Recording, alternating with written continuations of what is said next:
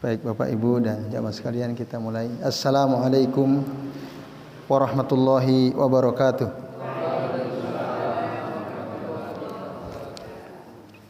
Alhamdulillahirabbil alamin. Wa bihi nasta'inu ala umuri dunya waddin. Wassalatu wassalamu ala asrofil anbiya'i wal mursalin wa ala alihi wa ashabihi wa man tabi'ahum bi ihsanin ila yaumiddin. Asyhadu an la ilaha illallah wahdahu la syarikalah wa asyhadu anna Muhammadan abduhu wa rasuluh. Allahumma shalli wa sallim wa barik ala Muhammad wa ala ali Muhammad kama shallaita wa barakta ala Ibrahim wa ala ali Ibrahim fil alamin innaka Hamidum Majid. Amma ba'du. Bapak-bapak dan ibu-ibu serta jamaah sekalian rahimani wa rahimakumullah. Alhamdulillah ya, pada malam ini kita bisa berjumpa kembali untuk melanjutkan ngaji kitab Shahih Fiqhus Sunnah karya Syekh Abu Malik Kamal bin As-Said Salim hafizahullahu taala. Pada kesempatan kali ini Bapak Ibu, kita akan melanjutkan ya pembahasan tentang talak bain as-sugro ya. Kemarin kita sudah membahas ada 4 keadaan apabila terjadi maka perceraian di 4 keadaan ini masuknya nanti kategori tolak bain as-sugro ya, tolak bain sugro. Yang pertama saya ulangi ya untuk merefresh ingatan kita, ketika seseorang atau seorang suami mentalak istrinya talak 1 atau 2, lalu kemudian habis masa iddahnya, ingin kembali, nah berarti ini masuk kategori talak bain sugro. Artinya kalau mereka mau kembali, talak 1 ya, mau kembali udah habis masa iddahnya, nggak bisa,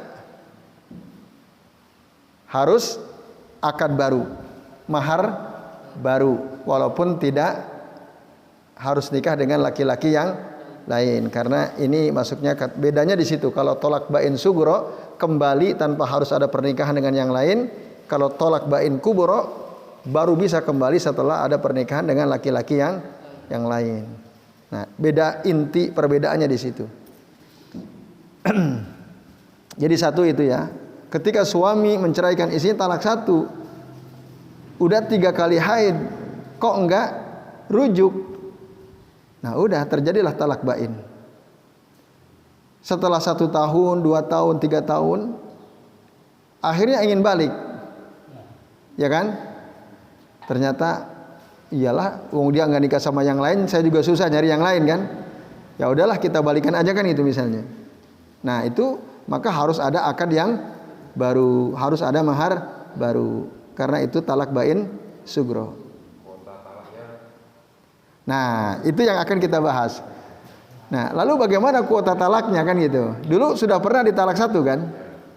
Apakah masih sisa 3 atau tinggal 2? Nah, itu yang akan kita bahas. Baik, yang kedua, ketiga, keempat masih ingat ya? Yang termasuk talak bain sugro itu. Hulu. Ya, hulu. Terus apa lagi? Karena ada doror ya, perceraian karena ya ada bahaya. Ya kalau di sini sih termasuk yang masuk kategori tolak bain sugro itu, misalnya karena ada aib atau ila ya. Ila itu bersumpah tidak akan menggauli seorang istri gitu ya. Nah, atau karena ada aib pada salah satu daripada pasangan tersebut atau membahayakan ya apabila pernikahan dipertahankan, tetapi ternyata setelah bertahun-tahun hilang bahaya itu, lalu mereka ingin kembali, maka itu keadaannya talak bain sugro. Nah, lalu apakah ada konsekuensi terhadap kuota tadi talaknya? Di penjelasan sebelumnya, di antara konsekuensi daripada tolak bain sugro itu Bapak Ibu adalah inqasu ada di tatliqat, berkurang jadinya. Nah, Jadi kalau sudah ditalak 1 berarti tinggal 2 gitu. Contoh ya, contoh konkret misalnya. Ada si A suami, si B istri. Talak 1. Nah, setelah selesai masa iddah enggak balik. Suaminya enggak rujuk ya, tidak menunjukkan niat untuk rujuk kembali dengan istrinya. Istrinya nunggu-nunggu. Ya mungkin dia nanti juga baliklah. Ternyata setelah 3 kali haid, 3 kali suci tidak balik-balik. Akhirnya berjalanlah waktu 1 tahun, 2 tahun, 3 tahun, 5 tahun gitu ya. Nah, ternyata muncul lagi rasa itu. Ya, dari kedua belah pihak. Ketemu di acara walimah gitu, pernikahan orang lain. Ya, mereka sama-sama tamu undangan, ketemu muncul benih-benih cinta lagi. Ya, apalagi lihat pengantin baru kok kayaknya enak sekali gitu ya. Udah deh kita nikah lagi. Nah, Bapak Ibu dan sekalian, kan udah ditalak 1 tuh. Nah, ketika mereka mengadakan pernikahan baru, akad baru, mahar baru, maka berkuranglah kuota talaknya. Kan sudah diambil 1. Nah, itu inqasu adatit tatliqat gitu. Maka kata saya Abu Malik Kamal bin Asy Salim, "Fattalaqul ba'in bainuna as-sughra." Ya, fattalaqu al-ba'in bainuna sughra yang kusu adadut tatliqat allati yatamallakuha az-zawju al-mutalliq ala zaujatihi.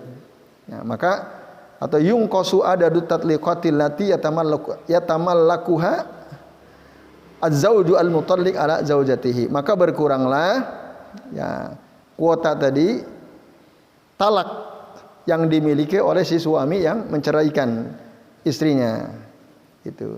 Maka fa idza ada bi aqdin nikahin jadid qabla an tankaha zauzan ghairah, kalau si istrinya ya setelah bercerai talak 1 tadi, setelah 1-2 tahun kembali lagi dengan akad baru, nikah baru, dan si istri ini belum menikah dengan laki-laki lain, belum disentuh oleh orang lain, maka wa kana qad talaqaha tatliqatan wahidah ba'inah adat bitatliqataini yamlikuhuma 'alaiha. Kalau dulu sudah pernah ditalak 1, talak bain sughra tadi, maka ketika kembali mereka nikah lagi, nah talaknya tinggal 2 tadi, bitatliqataini yamlikuhuma 'alaiha. Itu Bapak sekalian. Begitu pula, nah dikatakan wa kadzalikal hukmu, begitu pula hukum idza a'adaha bi aqdin jadidin ba'da an kahat zauzan ghairah. Demikian pula hukum apabila si perempuan itu kembali dengan suaminya yang pertama dengan akad yang baru, ba'da an kahat zauzan ghairah, setelah si wanita itu menikah dengan laki-laki lain. Wa talaqaha aw mata anha, wa talaqaha, lalu suami kedua ini menceraikannya, aw mata anha, atau suami kedua ini meninggal dunia, qabla an yadkhula biha. Nah ini penting yang perlu digarisbawahi, sebelum digauli, sebelum digauli, nikah sih dengan laki-laki lain, baru 2 hari belum sempat disentuh, belum sempat dijima, meninggal suaminya, gitu, atau cerai, entah masalah apa begitu ya misalnya, tapi belum dijima, maka hukumnya sama. Kalau belum dijima ya hukumnya sama. Ketika kembali dengan suami pertama ya tinggal sisanya. Kalau pernah ditalak 1 kali sisa 2, kalau pernah ditalak 2 kali berarti sisa 1. Kan talak itu 3 kali kan. Nah itu. Nah ini kata saya Abu Malik Kamal bin Asy Salim, wala khilafa fi hadza baina ahli ilm. Tidak ada khilaf masalah ini antara para ulama. Gitu. Clear ya? Itu tadi kuota, tentang kuota. Nah, adapun di luar keadaan seperti yang sudah disebutkan tadi, nah apakah kuota talak ya berkurang atau ulangi lagi, utuh lagi. Nah, ini nanti ada namanya mas'alatul hadam ya. Al-hadam itu yang apa namanya? Hadam itu sendiri artinya binasa ya. Jadi maksudnya mendilet gitu ya, mendilet semua proses cerai yang sudah atau talak yang sudah pernah terjadi. Nah, itu. Maksudnya apa? Maksudnya masalah hadam itu idza talaqa ar-rajulu imra'atahu marratan awisnataini. Kalau ada seorang laki-laki menceraikan istrinya satu atau dua kali, fatajawwazat bi akhar, lalu dia menikah dengan laki-laki lain, fatallaqu hasani, lalu dicerai oleh laki-laki yang kedua, summa raja'at ilal awwal, lalu dia kembali kepada laki-laki pertama, fahal tuhsabut tatliqatul ula minas salas wa ta'udu ilaihi ala ma baqiya minas salas. Nah, apakah talak yang pernah dijatuhkan oleh suami pertama tadi kan ya mengurangi atau kembali ketiga lagi gitu ya. Kalau sudah dinikahi oleh orang lain dan sudah digauli. Kalau tadi kan belum digauli. Nah, ini sudah digauli lalu dicerai. Nah, di sini katakan wa qad ikhtalafa ahlul ilmi fi hadhil masalah ala qaulaini. Para ulama berselisih tentang masalah ini, setidak-tidaknya ada dua pendapat, dua pandangan. Pendapat yang pertama, mereka mengatakan dihitung talaknya yang sudah pernah terjadi. Tadi kan misalnya suami A, istri menikah, dicerai oleh suami pertama, si A ini, habis masa iddah, lalu nikah dengan si B, laki-laki yang kedua, digauli oleh si B. Nah, kalau nggak digauli kan clear ya, tetap tinggal sisanya. Nah, ini sudah digauli, menurut pendapat pertama, ya tetap dihitung. Yang sudah terjadi tetap dihitung. Kalau dia pernah cerai satu kali, tinggal sisa dua. Kalau dia sudah cerai dua kali, tinggal sisa satu, gitu. Nah, ini menurut pendapat pertama. Ini adalah pendapat Umar ibn al-Khattab radhiyallahu anhu, Ali bin Abi Thalib, Imran bin Husain, Abu Hurairah, wa ghairuhum minas sahabah, dan yang lain dari kalangan para sahabat. Yang berkata demikian juga ada Ibnu Al-Musayyib, ya, Zubair, Sa'id Ibnu Al-Musayyib, Hasan Al-Basri, Sufyan Ats-Tsauri, Muhammad bin Al-Hasan, Imam Malik bin Anas, Imam Asy-Syafi'i, Imam Ishaq, wa Abu Ubaid, Abu Thawr, wa ihda riwayataini min an Ahmad, wa huwa qaulu Ibnu Al-Munziri. Ini juga adalah pandangan Ibnu Al-Munzir. Apa dasar mereka yang mengatakan tetap dihitung? Anna az-zawajat tsani huwa alladhi yunha hurmatu al-mutallaqah salasan ala zawjihal awal. Bahwa pernikahan yang kedua itulah ya sesuatu yang menjadikan dilarang kembali kepada suami yang pertama ya. Fa in talaqaha fala tahillu lahu min ba'du hatta tankiha zawjan ghairah gitu. Apabila dia dicerai oleh suaminya maka tidak halal bagi si suami yang menceraikannya setelah itu sampai dia menikah dengan suami yang lainnya. Itu dasarnya ya, surah Al-Baqarah ayat 230. Nah, para sahabat banyak yang berpendapat seperti ini. Nah, termasuk fatwanya Umar ibn al-Khattab radhiyallahu anhu tentang hal itu. Kata Abu Hurairah radhiyallahu anhu, aku pernah bertanya kepada Umar ibn al-Khattab radhiyallahu anhu, ya, sa'altu Umar ibn al-Khattabi an rajulin min ahli al-Bahraini talaqa imra'atah. Aku bertanya kepada Umar ibn al-Khattab tentang seorang laki-laki dari Bahrain, talaqa imra'atahu, mencerai istrinya, tatliqatan au tatliqatain, satu atau dua kali talak. Summan qadat iddatuha, lalu selesai masa iddahnya, habis masa iddahnya. Fatazawwajaha rajulun ghairuhu, lalu dinikahi oleh laki-laki lain. Summa talaqaha au mata anha, lalu si laki-laki lain ini menceraikannya atau meninggal dunia. Summa tazawwajaha jauzuhal awwal, lalu dinikahi lagi oleh suami pertama. Bagaimana itu? Qala Umar, maka Umar berkata, hiya indahu alama baqiya. Hiya indahu alama baqiya. Maka dia di sisi suami pertama ya tinggal apa yang sisa. Tersisa itu. Berarti ya tadi kalau sudah talak satu tinggal dua, talak dua tinggal satu. Hadis akhrajahu Asy-Syafi'i fi musnadihi wa isnaduhu sahih ya. Juga ada dalam riwayat Imam Al-Baihaqi. Jadi ini pendapat pertama. Pendapat kedua, Bapak Ibu, pernikahan tadi. Kalau sudah menikah dengan laki-laki lain ya, cerai satu dengan si A, masa idah udah habis, dinikahi oleh si B, gitu ya. Akhirnya bercerai dengan si B karena mati atau perceraian. Lalu kembali lagi dinikahi oleh si A, suami pertama. Maka menurut pendapat kedua, fataraji'u ilal awwali walahu 'alaiha thalasu tatliqat. Kembali lagi seperti semula. Sebagaimana mereka dulu belum menikah. Ya, jadi tetap mereka punya kesempatan 3, kuotanya tetap sama. 3. Nah, ini menurut pendapat kedua. Nah, ini adalah kaul Ibnu Umar afwan. Kaul Ibnu Umar, Ibnu Abbas radhiyallahu anhuma. Termasuk dari kalangan tabi'in Atha, An-Nakhai, Surai, Abu Hanifah, Abu Yusuf. Wa huwa riwayah al-ukhra an Ahmad. Ini riwayat yang lain dari Imam Ahmad. Hujah mereka apa? Hujah mereka satu, anna wat az-zauj as-sani musbitun li hilli az-zaujah li zaujiha al-awwal bi aqdin jadid fayattasi'u li salasi tatliqat kama yusbituhu law kanat mutallaqah salasan. Bahwa ya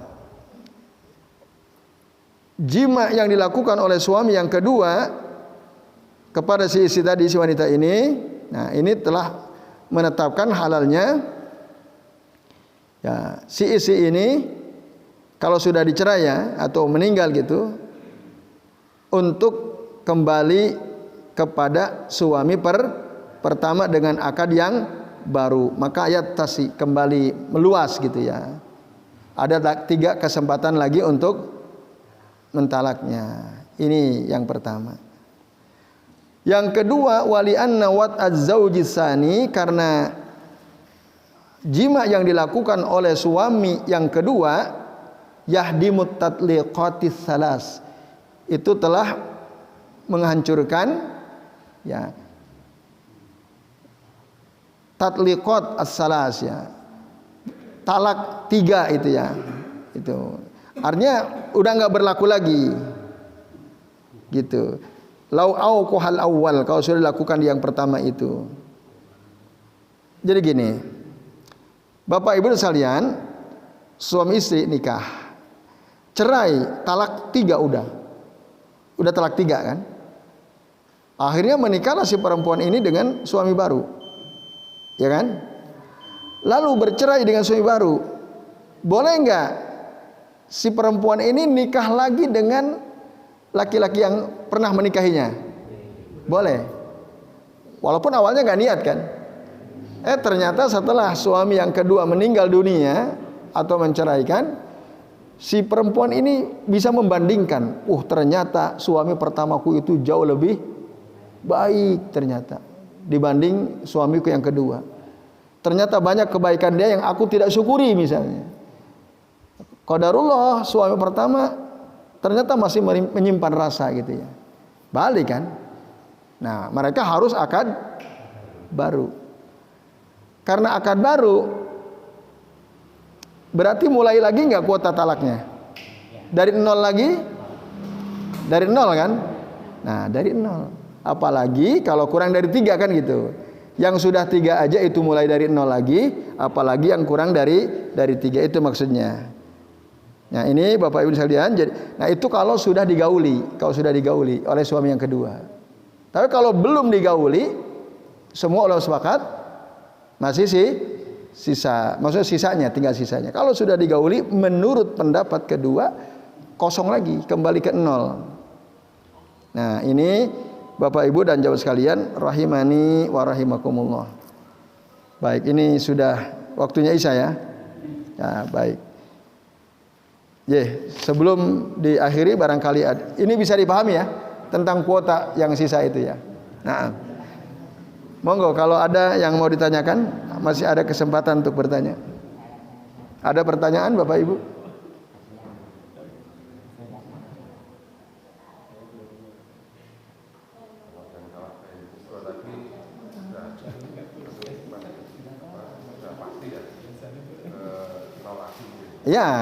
Ya tolak kubur tadi kan udah. Kalau tolak bain kubro udah nikah dengan laki-laki lain, kembali ke suami pertama dari nol lagi. Iya, dari nol lagi. Walaupun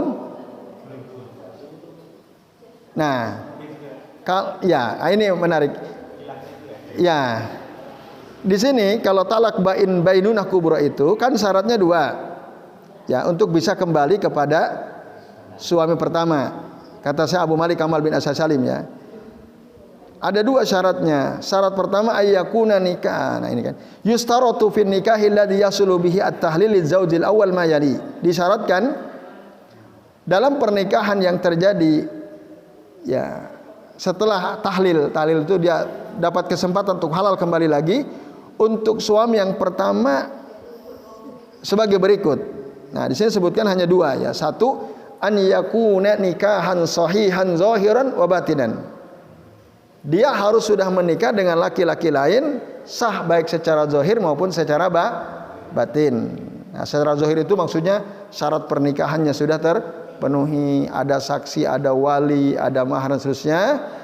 Nah, dan batinan itu maksudnya memang suami kedua ini menikahi dia karena memang cinta, ingin punya keturunan, ingin membangun rumah tangga gitu. Emang tujuannya itu gitu. Nah, itu syaratnya an yakuna nikahan sahihan zahiran wa batinan. Nah, tapi pertanyaannya, lalu bagaimana? Udah terpenuhi syarat ini kan? Dengan suami kedua nikahnya sah, secara zahir sah, secara batin sah. Terus wafat misalnya. Udah digauli karena memang tujuan mereka nikah ingin punya anak kan, ingin punya keluarga. Udah digauli lalu meninggal. Bagaimana ketika kembali kepada si suami yang pertama kan gitu. Ini udah digauli kan? Nah, tadi yang antum tanyakan kalau belum digauli gitu kan? Ya. Terus syarat kedua, an yujami'aha az-zawju sani. Nah, ini syaratnya. Jadi harus sudah digauli oleh suami yang kedua. Gitu. Jadi bukan hanya sekedar akad, memang harus betul-betul si suami kedua merasakan nikmatnya si istri ini. Nah, sebagaimana ya yang terjadi di zaman Nabi SAW yang diceritakan oleh Aisyah. Jadi ada seorang wanita bercerai dengan Rifa' al-Qurazi. Kemudian Rifa' al-Qurazi menceraikan si wanita ini. Lalu dia menikah dengan laki-laki lain. Lalu setelah menikah dengan laki-laki yang kedua, datang dia kepada Nabi baru cerita bahwa suami kedua ini jadi annahu laisa ma'ahu illa misu al-hudbah, masih ingat ya? Dia ini enggak punya kekuatan kecuali hanya seperti ujung kain gitu ya. Artinya lemas, enggak kuat gitu ya. Nah, mengeluh kepada Nabi. Tapi Nabi tahu, la'allaki turidina an tarji'i ila Rifa'ah. Kamu ini paling karena ingin kembali kepada Rifa'ah suami yang pertamamu itu. Oh, kata Nabi, lah enggak boleh kamu. Hatta tazuki ya usailatahu wa yadzuku usailataki. Enggak boleh sampai kamu merasakan manisnya dia dan sampai dia merasakan manisnya di dirimu. Nah, hadis akhrajahu Al-Bukhari wa Muslim. Jadi itu. Nah, cuma memang masalahnya adalah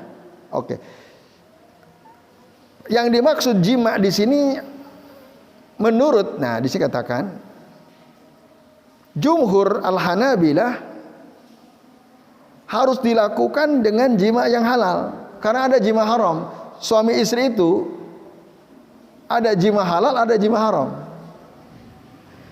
Nah, kalau jima halal luas ya. Jima haram ada penjelasannya, yaitu ketika si suami menjima istrinya sedang masa haid atau nifas, ini haram.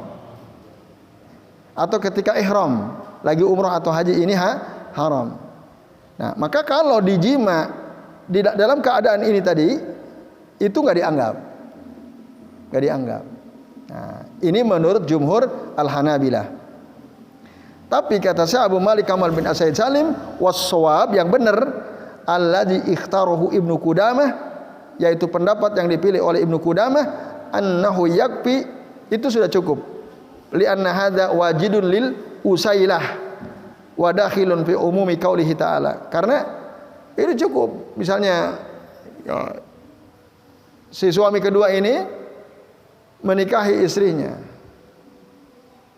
sedang haid, aslinya kan nggak boleh haram ya, tapi mungkin ya tak tertahankan dan seterusnya, tidak diperdulikan gitu ya. Ya sebenarnya tinggal nunggu 2 hari gitu. Memang udah nggak mengalir darah haidnya, tapi suami sudah nggak tahan. Terjadilah hubungan suami istri. Padahal ini haram. Menurut jumhur Hanabilah nggak boleh. Itu nggak dianggap. Itu nggak dianggap. Tapi menurut Syekh Abu Malik yang benar seperti yang dipilih oleh Ibnu Qudamah. Itu udah cukup gitu. Yang penting kan merasakan manisnya masing-masing gitu. Nah, ini sudah masuk dalam keumuman ayat Allah Ta'ala hatta tankiha zauzan ghairah, sampai dia menikah dengan suami yang lain. Nah, ini Bapak Ibu sekalian, berarti ya apa tadi yang ditanyakan, bagaimana kalau si wanita mau kembali, udah talak 3 itu maksudnya ya, itu yang itu maksudnya, udah talak bain kubro. Oh, kalau talak bain kubro itu gampang, jawabannya udah otomatis kembali ke 0. Kalau talak bain kubro, oh tadi ya, ini syaratnya apa tadi? Digauli ya, digauli oleh si suami yang kedua. Nah,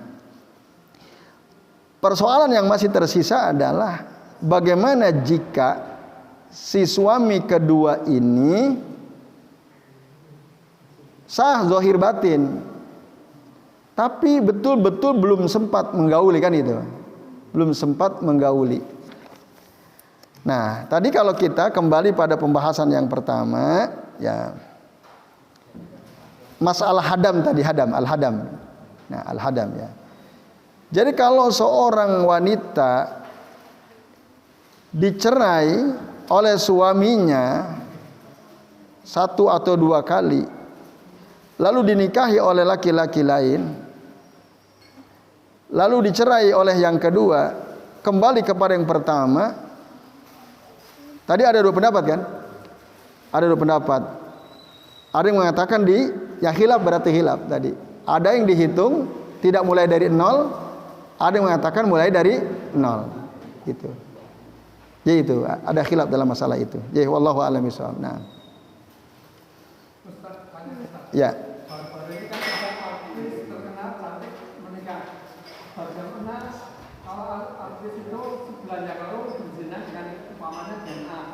Bulan depan menikah dengan orang baik B. Apakah artis itu perlu iddah atau tidak? Kalau perzinahan tidak ada iddah.